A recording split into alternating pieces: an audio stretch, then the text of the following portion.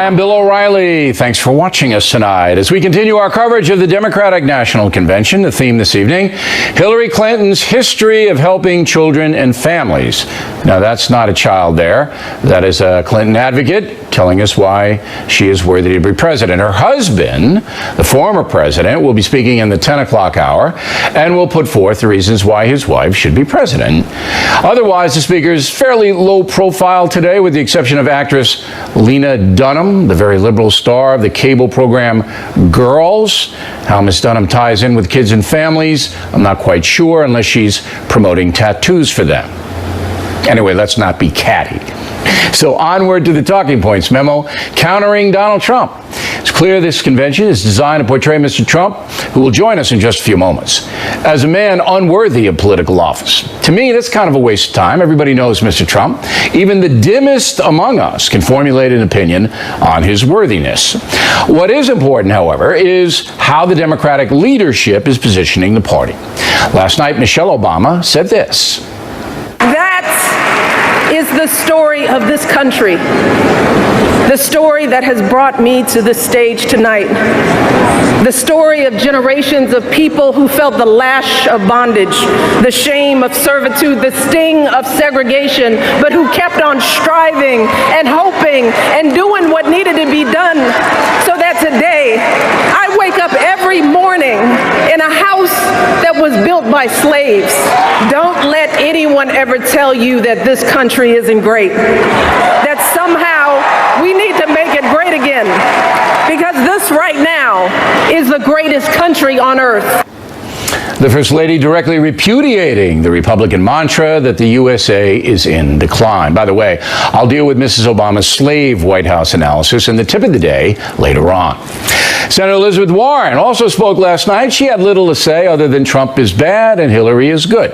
Senator Warren continues to like socialism as well, but not as much as Bernie Sanders, the socialist standard bearer, who's a bit disappointed the way the whole thing turned out.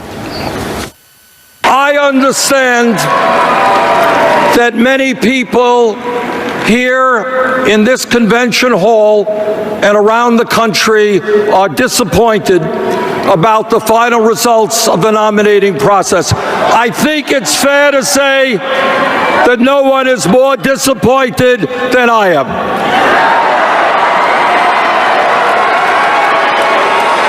But to all of our supporters here and around the country, I hope you take enormous pride in the historical accomplishments we have achieved.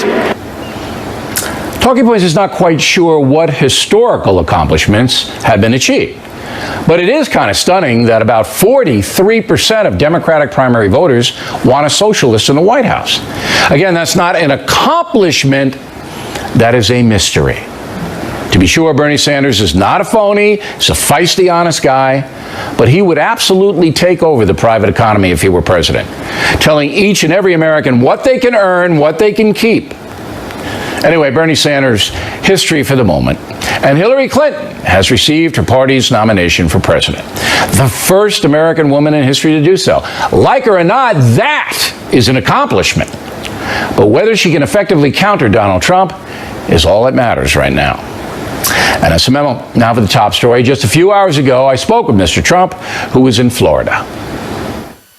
So the Democratic convention so far has been to counter you and your themes. Number one is that President Obama saved the country from a depression, that he inherited such a bad economic condition in 2008 that the economy's not his fault, and he actually saved us from Armageddon. You buying any of that? No, because it was going to work out, Bill. It always works out. We always have bad periods, and that was a bad period, but we've had many of them, and frankly, it works out. And they could have done things a lot differently. And our recovery has been a very weak recovery. You look at the recovery; it's the weakest recovery in history. It's the weakest recovery on record. And you look at joblessness, and I'm not talking about the phony 5% number. I'm talking about the 21 or 22%. That is the real number, where people can't find jobs, they can't find work, where we're losing our jobs and our factories and everything else to other countries, including Mexico. So you know the real numbers. You see the real numbers. Yeah, I mean the numbers aren't good, but it's an interesting argument because it's speculative and nobody can see. You can't deny how bad it was with Lehman Brothers folding and all of that and a lot of panic. But on the other hand, 8 years is 8 years, and I tend to agree that the economy should be better than it is now. What about the minimum wage? You got hammered on that by Bernie Sanders last night. What's your vision for a federal minimum wage? How much? Well, he lied last night. I mean, it was a total lie, and everybody said it. In fact, some of the folks on your network said, wow, that was really a lie. He said that I wanted to go less than minimum wage. This is a new one because I'm the one Republican that said in some cases we have to go more than minimum wage. Give me a number. I like is states. Give me a number. Well, let me give you a concept because I think it's a good concept. You go with the states. Let the states make the determination because if you take New York, it's very expensive to live in New York, and they need more than $7, $8, $9. So you go with the states. But the states have the authority now to do that. But there has to be a federal minimum wage. They do. What would you set the federal minimum wage at? It doesn't have to be. Well, I would leave it and raise it somewhat. You need to help people, and I know it's not very Republican to say. Well, give me $10. People, but 10? I would say 10. I would say 10. But with the understanding that somebody like me is going to bring back jobs, I don't want people to be in that $10 category for very long. But the thing is, Bill, let the states make the deal. Yeah, but they do have the right to do that now because you could have a state that raises it to 15. And I would also, and this is just an aside, teenagers could make a little bit less, first job if you're 17, to get them in the workforce. But anyway, let's go on to... let me just finish because a friend of mine is a tremendous employer. And what he did is he said by raising it and by doing certain things, it took the incentive. He pays people an incentive basis. If they're really good, he gives them incentive. Nobody's ever heard of this before, but a lot of companies do it. Yeah, I know. And he said by raising it, they already get the incentive. No, I believe it should be raised, but when Bernie Sanders said that I want to go less than what the minimum wage, I mean, honestly, Bill, these people are lying much. And every fact checker said Trump never said that. So what you got on the record is $10 minimum wage federally, and states can do what they want. No, you have me on record as saying the states are going to raise it higher than that. Yeah, and they can if they want.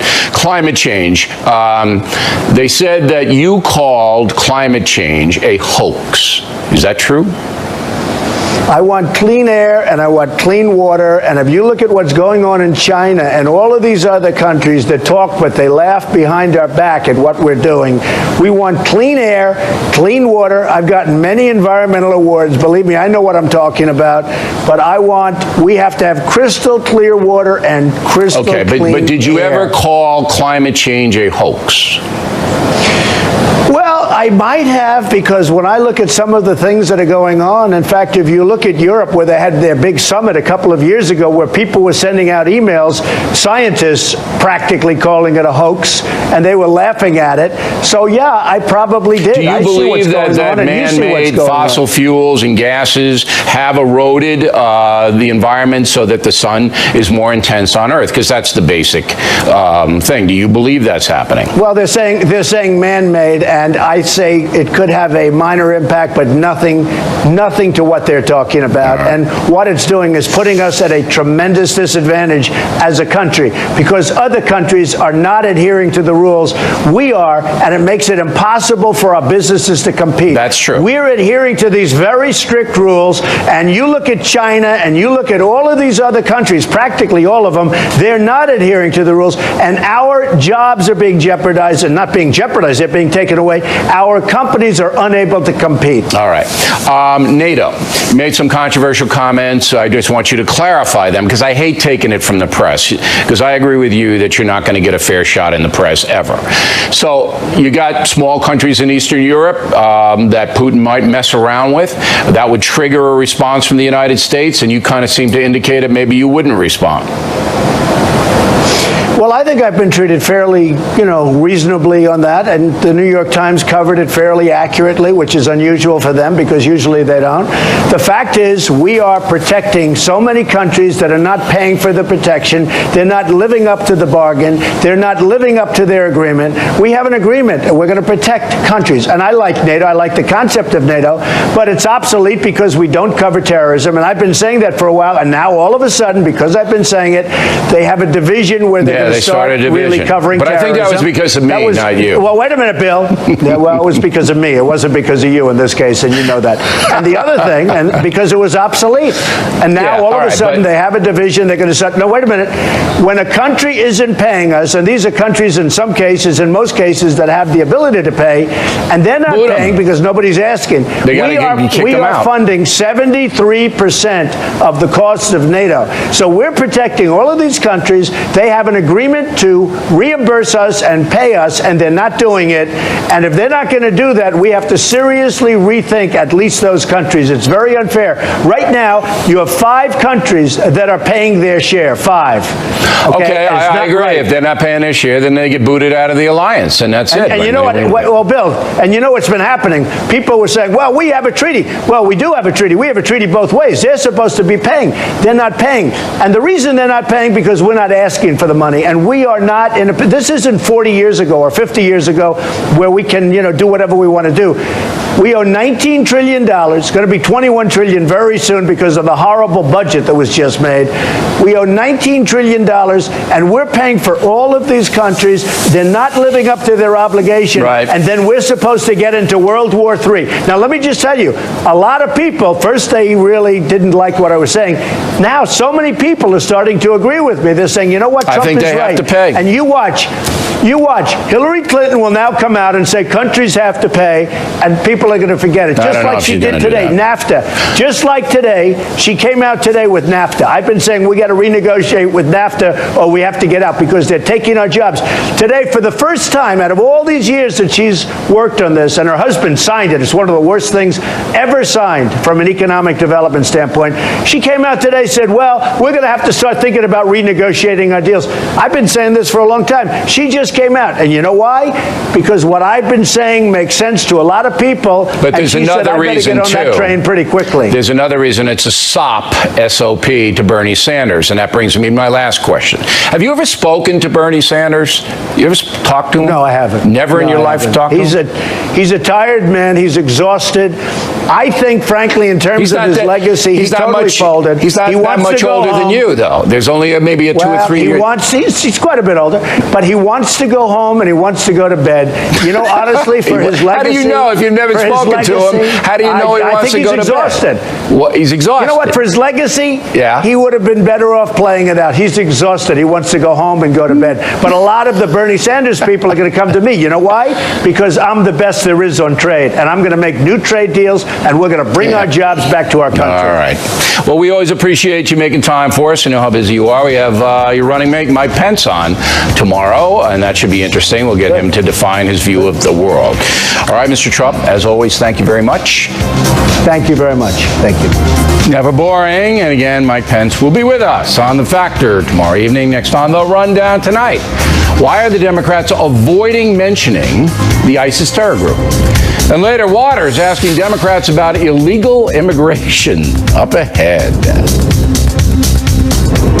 At a convention in Philadelphia. Joining us from that city, Kirsten Powers. It's a little slow there right now. Nothing much going on. Everybody waiting for Bill Clinton talk in the 10 o'clock hour. Anything about Donald Trump's Q&A that caught your attention?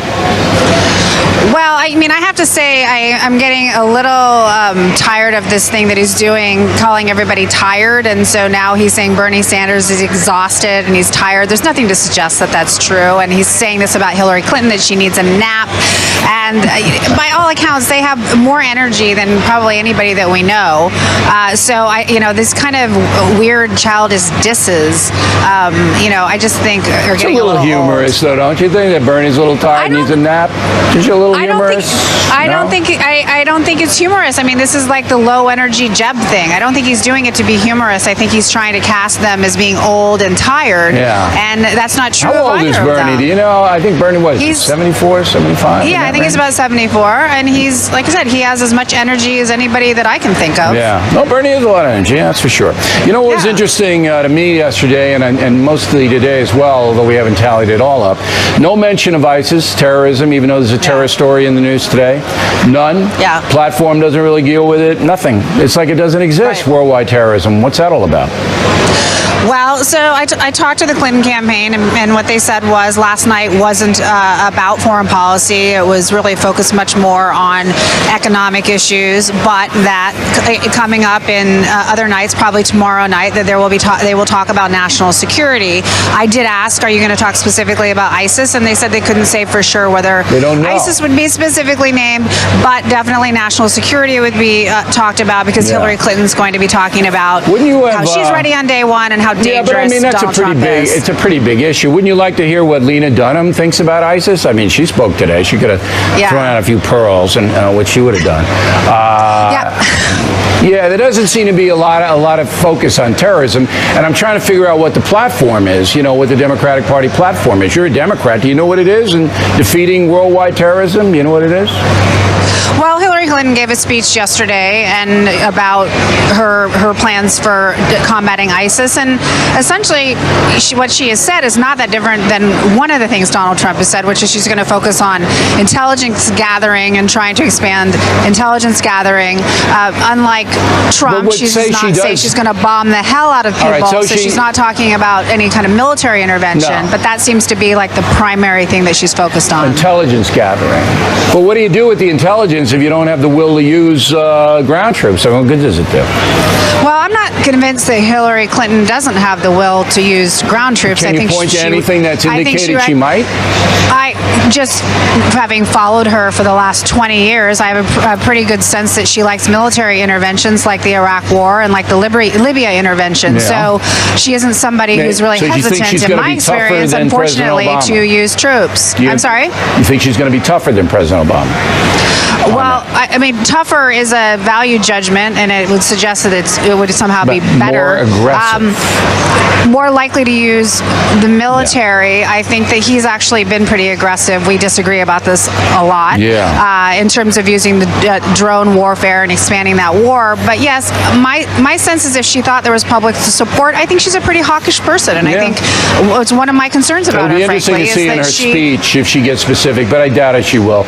You know, the Democrats really don't have a heart for the fight at this point. That might change, but right now they don't have the heart for it, in my opinion. Most Americans don't want to use Kirsten, I gotta go because I have to take a nap.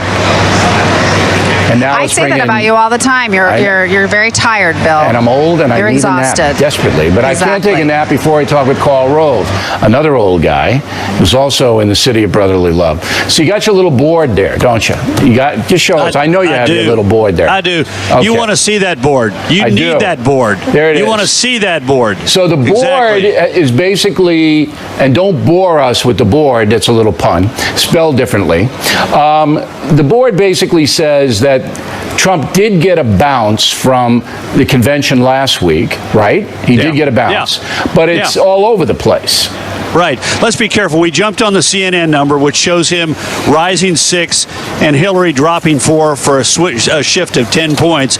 But at the same time, we had a CBS poll that shows him up 4, her up 3 for a shift of 1 point. I think the best way to look at it is the Real Clear Politics average, which shows that he has grown 5 points since the beginning of the Republican convention. She's grown 1.1. That gives him about a 4% bounce. That's slightly below what the average Republican has received since 1964, but above the bounce that Mitt Romney got 4 years ago. In fact, he got no bounce coming out of the convention. Okay. Now, historically, do the Democrats do well coming out of their convention? Yeah, look, since 1964, the Democrats have had an average bounce of about 5.9%, call it 6, and the Republicans have had a bounce of about 4.9 or 5 points. So they've historically had a bigger bounce coming out of their convention. But look, it's all over the board. In 2000, Al Gore had an 8-point bounce, and so did George W. Bush. But they quickly melted away. That's the thing about these bounces we got to be careful about. They're transitory. It is a result of people tuning in, primarily independents, tuning in and watching the convention, tuning into politics briefly, and then tuning out. It's also about the consolidation of whatever elements of the party that haven't sort of accustomed themselves or acclimated themselves to the nominee himself or herself. Okay. So they're transitory. Now, I haven't been giving much coverage to the Bernie Sanders protests, and they're out there again today yelling. I don't know what they're really yelling about. It's all over. Yes, it was rigged. It was, and all that. But I can't imagine Bernie Sanders supporters. Trump says he thinks he's going to get some of those people. I can't imagine that. Can you? Well, I think I can differentiate between the people who are in this audience and the people who voted for him. You've got a lot of independents, particularly in states with open primaries, who are not that glued into politics, are drawn by personalities, and might have been excited by Bernie and not really hepped up on Hillary Clinton. But here's the deal, Bill. We won't know what that group looks like until we start to get more stability in the polling. And historically, that's not happening now in July. That's going to happen in about 5 weeks when we get close to Labor Day. It's when you get close to Labor Day that polling begins to reflect the dynamics of the fall campaign. My suspicion is that we're going to likely see some defections from the Democrats, but historically the Democrats have had more defections than the Republicans. The Republicans win when they get 91, 92% of the Republicans, and the Democrat gets 88, 87%. That is to say, they got about half as many more people who are defecting from them as are defecting from the Republicans. And we won't know until Labor Day whether that's the dynamic that might be in play this fall. And then after the first debate, then the polls really kick in strong. All right, absolutely. Particularly since, Bill, we have this year the highest number of undecideds that we've had since 1992. Those debates are going to be high profile and high impact. That'll be fun. Directly ahead, the Democrats and illegal immigration. Very touchy subject for the party. We've got Waters, Juan Williams, Lisa Booth on the case. And Donald Trump and lawsuits. Is it legal? Has been analyzing that situation. The Factor is coming. Right back.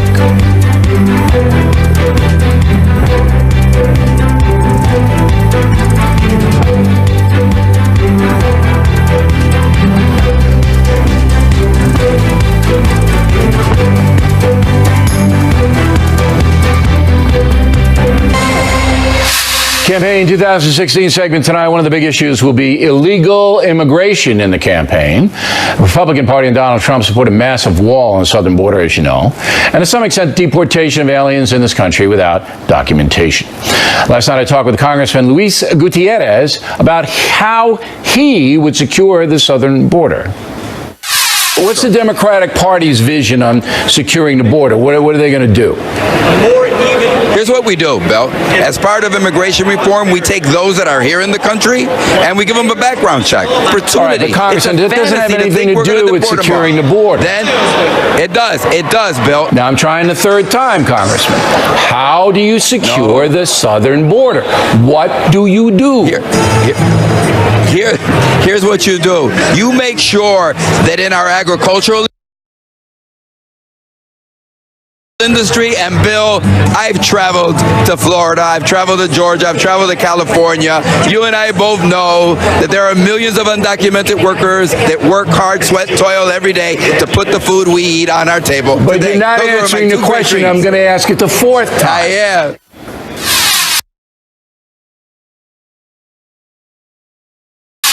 He didn't. Joining us now from Philadelphia, Lisa Booth and Juan Williams.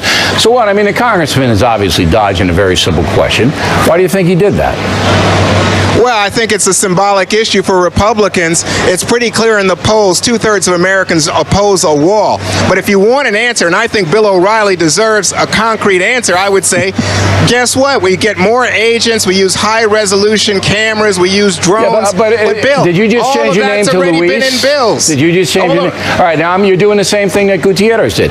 Why? How's that? I just gave I'm you going an to speak answer. really slowly, Juan. I'm going to speak really slowly. Why didn't the congressman answer the question? Oh, I think he chose not to answer the question in the way that you wanted. No, he didn't answer it. Well, he said, how would you secure the border? And he wants to tour agricultural land. I saw that interview. You said a $10,000 fine would do the trick. He said he wanted background checks, but that didn't satisfy you. All right, Juan, you're blathering. Well, Bill, all right, Lisa, why don't you think that Congressman Gutierrez wouldn't answer the question? Because the Democratic Party supports lawlessness when it comes to immigration. We've seen that with the 340 sanctuary cities across the country, or the fact that the Supreme Court and the lower courts struck down President Obama's illegal executive action on immigration. Even Hillary Clinton herself gave illegal immigrants a platform at the Democratic National Convention yesterday, and one of those illegal immigrants is actually facing a deportation order from the federal government that she's ignoring. So well, she doesn't want to deport them, but that doesn't have anything to do with securing the border, Lisa. Look. Well, yes, lawlessness, I opened that interview with Gutierrez and I said, do you believe in open borders, Congressman? No. That was the only question he answered in a 6-minute interview. No. Okay? Only one he answered. All right? Then I said, okay, you don't believe in it. How would you secure the border? And then he's telling me he traveled to Kansas. He went to Alberta, Canada. Once he visited Tahiti. I mean, my head is exploding. Okay, but look, you wanted. I wanted a symbolic how he's going to issue. Secure the border, Juan. No. This is. But anybody can tell you how to do it. Donald Trump says build a wall 2,000 miles long and pay billions of dollars. And what you're hearing, Bill, you're not hearing this, but you should hear it once, is that this is not a realistic answer. Even more drones, all that we've said about more agents, Obama has doubled the budget. That's not what Republicans want to hear. I'm telling you, that illegal immigration is to blame for the problem. See if you agree with me, Lisa. The real reason Congressman Gutierrez didn't answer the simple question of how would you secure the border is because he wants a border that's open. He wants it. And so does most of the Democratic Party. They don't want any inhibitions on people coming in here. They want a Europe where anybody that's what they want. Go ahead, Lisa. You're absolutely right. He doesn't want to secure the border. Democrats don't want to secure the border. They don't have the stomach or care about the issue, and that's a big problem because we should be looking at what is happening in Europe with their immigration problems, and we should be taking notes because the reality is that terrorists have been apprehended at the southern border. That is fact. You also just look at the criminal. That is fact. You also look at the criminal justice system. 1 in 4 inmates are illegal immigrants. This is a problem that we face as a country, but the Democratic Party, including Juan himself, do not care about the issue, and they don't want to address the issue because they support lawlessness. I don't think you're going to see anything in the platform, the Democratic platform, and I don't think Hillary Clinton's going to say a word about how she would secure the border. It's the same thing with the ISIS thing. They're not going to say how they would do it. They're going to say, we don't like ISIS, and we're going to get them, but they're not going to say how. Oh, yeah. Do you say that to Trump? Does Trump tell you how he's going to take on ISIS? He's going to take their oil, and then he's going to take their socks. Yeah. He's going to take their socks so that they can't walk in the desert. It's going to be too hot on their feet. There we go. That's very effective. But you and Lisa now bring in terrorism. You are far away from the idea that we should find a solution to that is illegal according to government documents that terrorists have been apprehended at the southern border. That is not. You guys can continue. You guys can continue yelling at each other, but I have to go. All right. But again, I'll tell you, I don't think there's going to be any border security or any ISIS in the Democratic platform. I hope I'm wrong. Now let's go to Waters. We asked him to sample opinion from some Democratic folks in Philly about the illegal alien problem.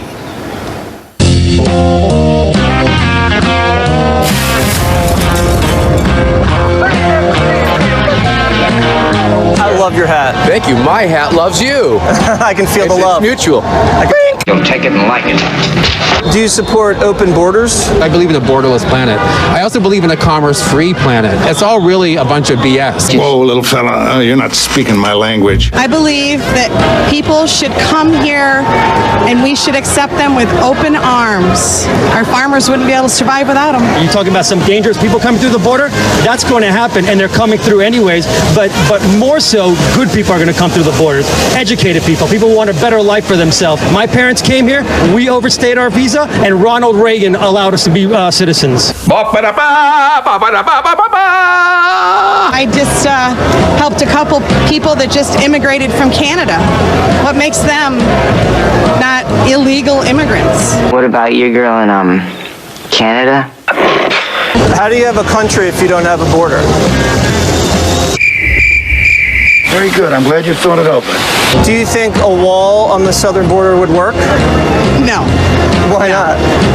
I think a wall around Trump Tower would work just great. Mexico's going to pay for the wall. What would you do to secure the southern border? Nothing. Borders are the problem. You are a regular riot. We are a land of immigrants, open and welcoming to everybody. That's how you grow a diversified economy. We need to have adequate security. You have to pass immigration reform so you don't have border security overwhelmed with chasing people 300 miles inland and breaking up families. But you have a good day, man. We're on a schedule. Thank you. Okay.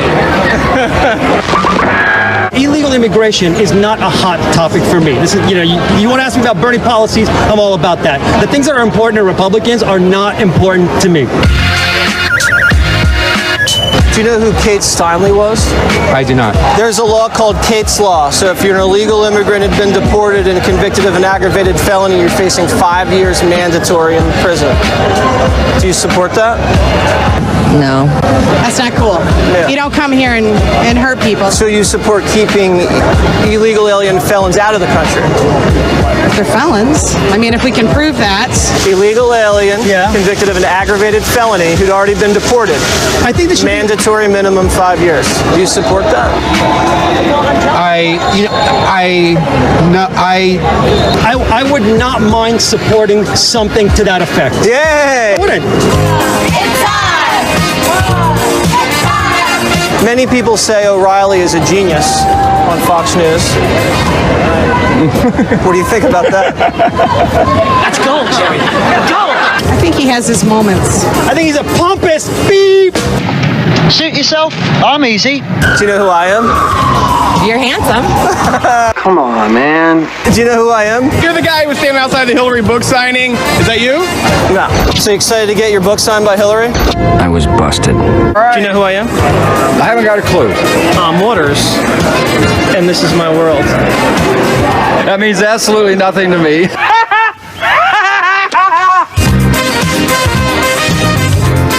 All right, here's what is on the floor of the convention. Was there anyone there who didn't want open borders? No, and they don't want to admit it. The bottom line is, Bill, is that they want illegal immigration because Hispanics generally support Democrats. That's the big secret. Everybody knows it, but no one wants to admit it. Did they all tell you that off the record? Because what I got was they just don't care about the issue. They let everybody in. I want a borderless world. Let them all in, and that's it. And I really believe that is a big part of the Democratic Party. Oh, well, one gentleman told me we should give back Texas to Mexico because we illegally annexed Mexico. Well, that was Eva Longoria. Didn't she say that today? I think Eva Longoria mentioned that. She was booed off the stage, actually. Why? Was she really? Was Eva? Was she booed? Bill, she was not booed, and she did not say that. No, I do not want to. All right, so you were just she was not booed. You were just being you. I was humoring you. Because I was going to say if they booed Eva, then I'm going to get involved here. That can't happen. That's right. All right, now tomorrow. I know you need to protect Eva. Tomorrow, Waters, your assignment is this. Ready? You're going to ask the folks to tell you one good thing about Donald Trump. One. It's gonna be a very short segment. I can't wait. I think I'll stretch They got to think of one good thing, right? One. All right. And then we'll do the same thing with Republicans about Hillary. There, the big that applause is for you, Waters. Thank you very much, and we'll see you tomorrow. Thank you. Well, we come right back. Hillary Clinton says Donald Trump is stiffed. A bunch of business people and lawsuits prove it. Is It Legal is investigating for us. Moments away. The #1 cable news show for 15 years and counting. Thanks for staying with us as we continue our coverage of the Democratic convention in Philadelphia. Nothing much going on right now. Everybody waiting for President Clinton. We'll be out in maybe an hour and 30 minutes, hour and a half. In the Is It Legal segment tonight, however, charges that Donald Trump is lawsuit happy and has not done right by some working Americans. He's been involved in more than 3,500 lawsuits in the last 30 years. And a large number were filed by ordinary Americans and small businesses that did work for Trump and never got paid. Not because he couldn't pay them, but because he could stiff them. So we asked our Is It Legal team to investigate that allegation, and here they are. Lisa Wheel in New York City and Kimberly Guilfoyle in Philadelphia. What did you find out, Will?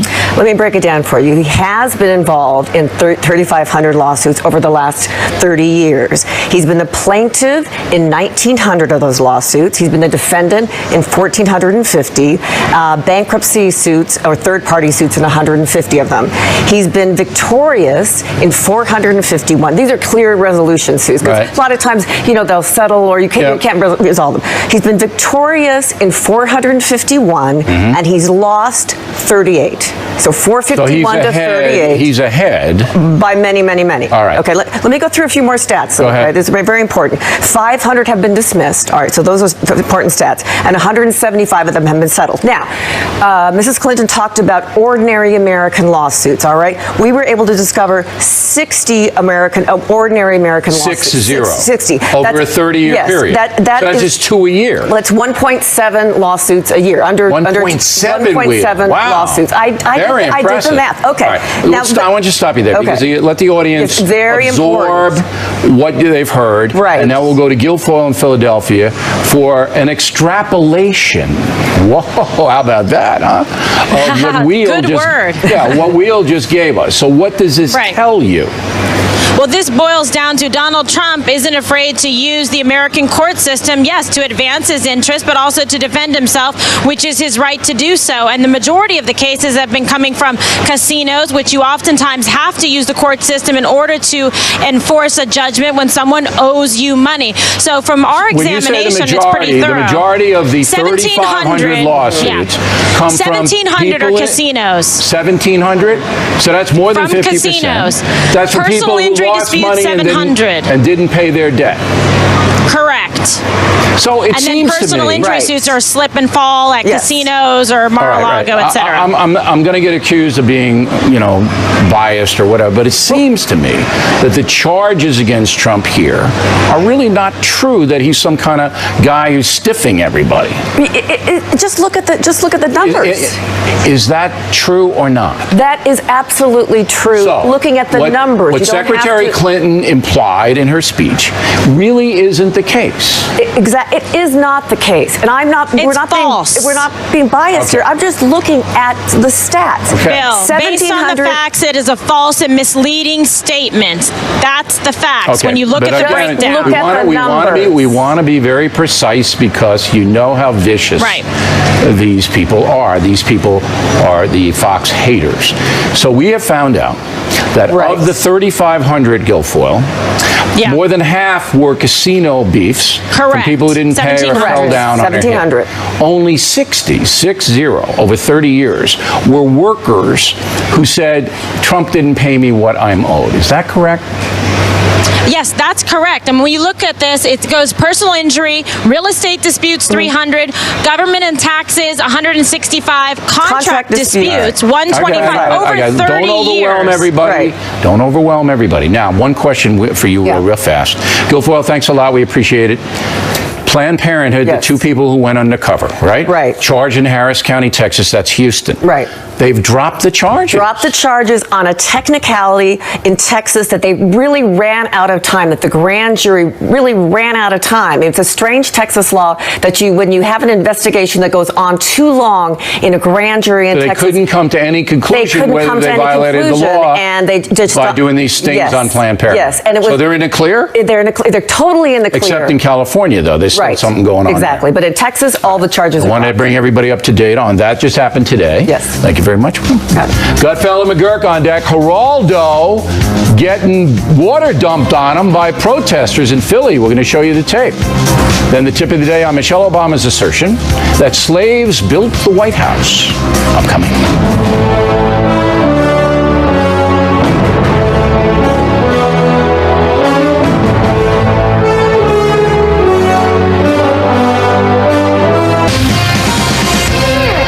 Back in the book segment tonight, what the heck just happened? Now, our pal Geraldo likes to hang with the protesters. You know, it's just kind of demented guy he is. It stems back from the 60s. You know, he thinks he's young again. Well, here's what happened to Rivera in Philly just a little while ago. When you report the way you do your slam, it hurts people. You don't even know what I do. Yeah.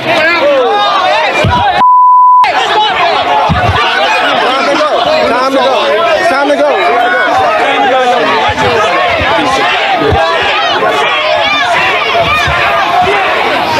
Welcome here. You are not welcome here. Well, that's not for you to say. You are not welcome here. That's not for you to say. Black Lives Matter. Is that a Black Lives Matter? Is that what he said at the end of that? That's what he said. All right. So we asked our resident geniuses to take a look at the tape. And Gutfeld, what do you think? Well, clearly Geraldo was all wet, not unlike that time after Al Capone's vault. But you know what? It's very, very hot out there, and perhaps that protester was doing Geraldo a favor. It's like 93 degrees. I would have been grateful to get a nice, cool splash of water all over my sweaty, sweaty body. You know, have you been out there, Gutfeld? Is it menacing out there with these people? Well, as you know, I'm not a man of the people. I'm a man of isolation. I spend a lot of time in my hotel room crying and reading poetry. So no, I stay away from everybody. All right, so you don't know. When I was in Cleveland, there were protesters, but the police had them much more under control than the Philadelphia police have. And Waters got hassled a little bit as well. It's a dangerous situation. You got to be careful. It's unlikely that it was a Sanders supporter, because to give away free stuff like his water is it's just not. Well, the guy said Black Lives Matter at the end, so I mean, I think we know. Well, I can't. I don't. That was. Hope Geraldo's okay. That was a clue. All right. Now, originally, before this happened, we asked Gutfeld and McGurk to come up with a couple of really insane moments at both conventions. And what did you come up with? Well, the first one is at the Republican National Convention last week. Ted Cruz, the night he gave the speech, that morning or that afternoon, he was giving a speech to some supporters, and while he was giving the speech, he mentioned Donald Trump, and Trump's plane came by while he was speaking, and it was this incredible stagecraft, and it sort of.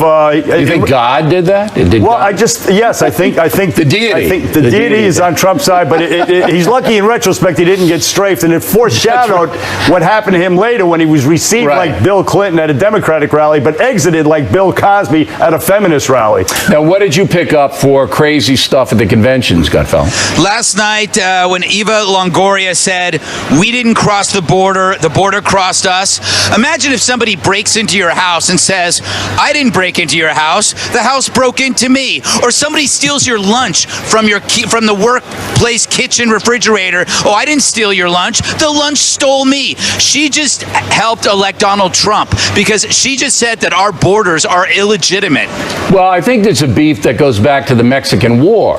And Zachary Taylor, as we all know, good friend of mine, marched into a part of eastern Mexico and defeated the Mexican army, and then we took what we wanted. I mean, it was simple as that. So some people have never forgiven that, McGurk. The way of the world. That never happens around the world. That's the way it is. Yeah, I mean, I haven't forgiven that, and there are parts of Southern California. I'd like to get back to Mexico. Not going to mention any towns in particular. Come and take it. Any other crazy stuff? Yes, CNN yesterday, they were out in the streets. There was a big protest going on, and Jake Tapper, in the middle of this heated protest, he throws it back to the hall for a performance of Boys to Men. It was unbelievable. Wow, come on, it's a good group. It would be like Walter Cronkite in '68, the streets of Chicago, throwing it to the hall for a performance by the Turtles. I mean, are you kidding me? The Turtles, it's a must-see. Real quick, you got anything else for us, Gutfeld? When Michelle Obama said, "Don't let anyone tell you this country isn't great," I would add, unless it was me 8 years ago. I knew well. I wasn't going to bring that up, but the boys did. Gentlemen, thank you. And now, the factor tip of the day, slaves building the White House. What's the truth? But first, great news about Legends and Lives of Patriots, the highest rated show once again last weekend of all cable news. And it's amazing because of all the politics. But we trounced everybody. This coming Sunday, George Washington as president. We'll show you a clip of that tomorrow. And please don't forget the book, Legends and Lives of Patriots, which you compliment to the TV program. It's great to tell, fun to read, great pictures. Kids like it. Remains one of the hottest selling books in the USA. Now the mail. Joy Brown, Atlanta. I'm extremely offended by Crowdhammer's comments implying that only white men are supporting Trump. I'm an educated female who does. Mr. O'Reilly, please discuss your courageous commentary with someone other than Charles. Why, Joy? Robust debate makes the factor stand out. Let the best argument win. Bob Ballard, Columbia, Tennessee. Mr. Trump not giving specifics about his stated goals is fine. We want to believe him. But not everybody is that bullish on Trump, Bob. In order to win over those undecided folks he needs, he might have to add more details. Patty Nitz, Bedford, Massachusetts. O'Reilly, why did the factor skip over the young disabled woman who gave a speech? It's a shame your listeners missed it. We're analyzing the events of the day, Patty, as I stated last night. C-SPAN covers all the speeches. Thomas Archibald, Artesia, New Mexico. Congressman Gutierrez is in Exhibit A, why President Reagan said that the Immigration Act he signed was the biggest mistake of his presidency. We can find no such statement from Ronald Reagan, Tom. If you have it, please send it to me. Having written the book Killing Reagan, I feel I know the president pretty well. I don't believe he repudiated that piece of legislation. Dr. Stuart Ramos, Mayaguez, Puerto Rico. Bill, I don't understand why you like Congressman Gutierrez. He opposes statehood for PR. Shame on you. Why shame on me, Doc? I don't evaluate folks on their politics unless they're dishonest. Gutierrez has been respectful to this program, and he's excellent to deal with. I have lots of friends who I don't agree with politically. All I ask is honesty and loyalty. Come on. Marco in Santa Clara, California. O'Reilly, very happy with BillO'Reilly.com premium membership and the tie I bought with the discount. When will the Killing Patton movie be made? We are in what they call pre-production, Mark. Ooh. Killing Reagan's done, however, and it will be shown on the National Geographic Channel October 23rd. You're going to like it. Leslie Wood, Dardenne Prairie, Missouri. O'Reilly, quit writing good books. I'm doing nothing but reading. Well, good for you, Leslie. It's better than committing felonies. 4 more Killing books coming. Killing the Rising Sun out on September 13th. You can pre-order it now on BillO'Reilly.com, and you get it first if you do that, or you get it free if you sign up for PM status. Finally tonight, factor tip of the day. As we mentioned, Talking Points memo, Michelle Obama referenced slaves building the White House and referring to the evolution of America in a positive way. It was a positive comment. The history behind her remark is fascinating. George Washington selected the site in 1791 and as president laid the cornerstone in 1792. Washington was then running the country out of Philadelphia. Slaves did participate in the construction of the White House. Records show about 400 payments made to slave masters between 795 and 1801. In addition, free blacks, whites, and immigrants also worked on the massive building. There were no illegal immigrants at that time. If you could make it here, you could stay here. In 1800, President John Adams took up residence in what was then called the Executive Mansion. It was only later on they named it the White House. But Adams was in there with Abigail, and they were still hammering nails. The construction was still going on. Slaves that worked there were well fed, and had decent lodgings provided by the government, which stopped hiring slave labor in 1802. However, the feds did not forbid subcontractors from using slave labor. So Michelle Obama is essentially correct in citing slaves as builders of the White House, but there were others working as well. Got it all? There will be a quiz. Just put the quiz and I'll come to your mailbox. Factor tip of the day. I just can't get rid of that history teacher thing. You know what I'm talking about? And that is it for us tonight. Please check out the Fox News Factor website, different from BillO'Reilly.com. Also, would like to get spout off about the Factor from anywhere in the world. O'Reilly at FoxNews.com. O'Reilly at FoxNews.com. Name and town if you wish to opine. Word of the day: do not be risible when writing to the Factor. Again, thanks for watching us tonight. Tomorrow, Governor Mike Pence, first interview on The Factor. We'll have him here. Live show, 8 o'clock. And I am Bill O'Reilly. Please always remember that the spin stops here. So we are definitely looking out for you.